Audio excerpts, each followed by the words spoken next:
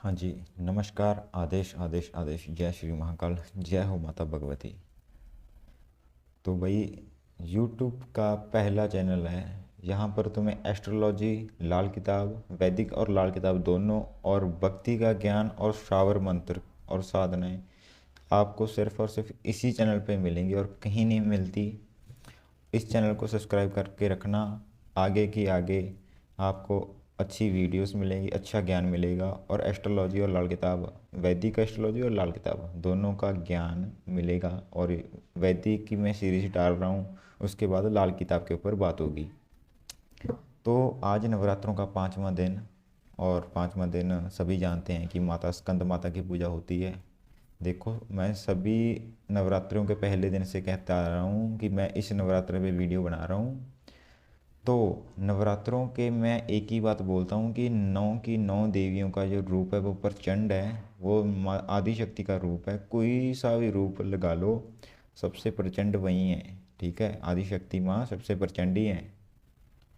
इस देवलोक, इस मृत्युलोक, इस तीन भुवन में, 10 दिशा में उनसे बड़ी शक्ति ना है, ना होगी, और ना कभी थी। शिव शक्ति के मिलन से आगे संसार चला है। बाकी जो समझदार बनने हैं, कोई उनको लिंक देना है अपना, देते रहें। तो 5वें दिन माता स्कंद माता की पूजा होती है।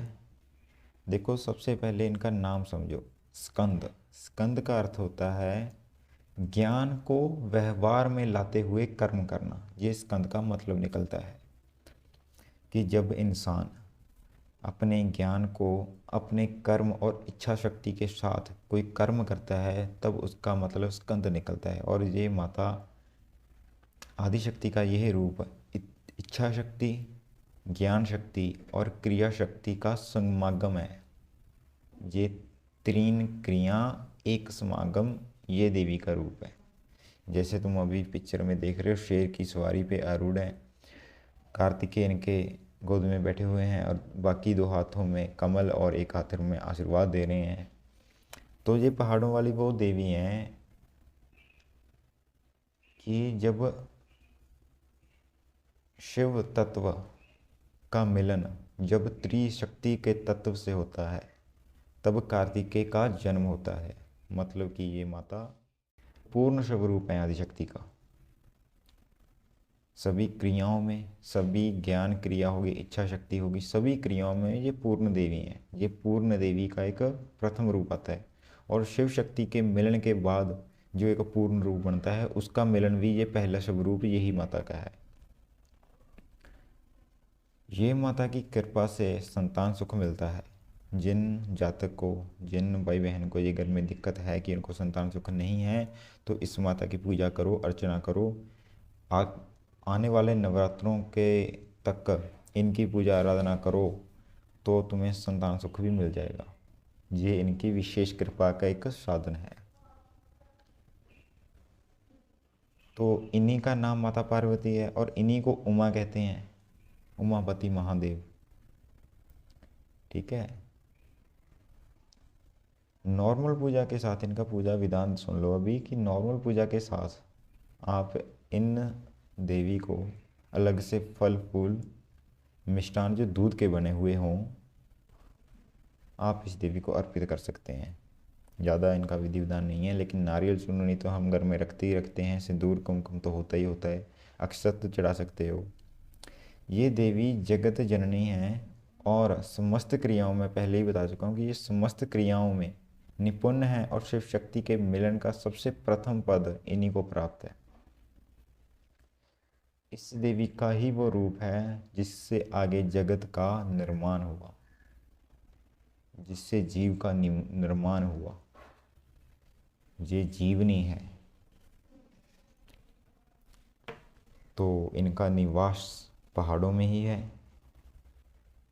वैसे तो वैष्णो देवी धाम है, लेकिन इस देवी का स्वरूप के साथ इनका, जैसे तुम पिक्चर में देख रहे हो, वैसे ही इनका वर्णन आता है कि इन देवी का जो स्थान है वो पहाड़ों में भी रहते हैं ये। और इनकी कृपा से संतान सुख तुमको बता दिया। इनकी पूजा से एक और है कि जो असंभव कार्य प्रतीत होते हों, जिनका कोई रास्ता ही ना पता हो, तुम्हें कुछ भी ना पता हो कि ये कहाँ से क्या होगा, जैसे कि एक जीव का निर्माण होता है, वैसे ही उसी प्रकार तुम्हारे कार्य जो मुश्किल से मुश्किल कार्य तुम्हारे नहीं बन रहे हों, तो वो माता स्कंद माता की कृपा से बन जाते हैं। इन्हीं का व्यवहार जातक में आने लगता है।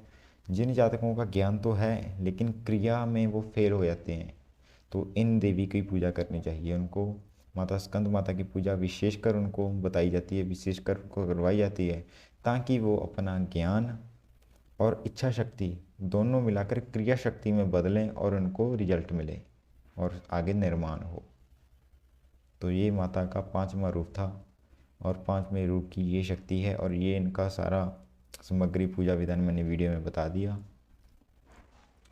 एक बात की खास सावधानी होती है इनमें कि इनकी पूजा में सफ़ेद कपड़ा या सफ़ेद रुमाल, सफ़ेद आसन नहीं होता। ठीक है, ये ज्ञान की बात है, इसका कभी चर्चा और करेंगे। लेकिन इनकी पूजा में सफ़ेद कपड़ा नहीं होता, इस्तेमाल भी नहीं होता। और अरक्षक जो तुम चावल भी अगर चढ़ाना चाहते हो वो भी सफ़ेद नहीं चढ़ेंगे, उनको हल्दी के साथ डुबोकर फिर अर्पण करो। बाकी माता की पूजा करो, कृपा के पात्र बनो और अपना जीवन सुगम बनाओ। बाकी आने वाली वीडियो के साथ मिलते हैं। चैनल सब्सक्राइब करके रखना, लाइक कमेंट अपना देख के करना, कमेंट करना, शेयर करना। तो आदेश आदेश आदेश। जय माता दी, जय महाकाल।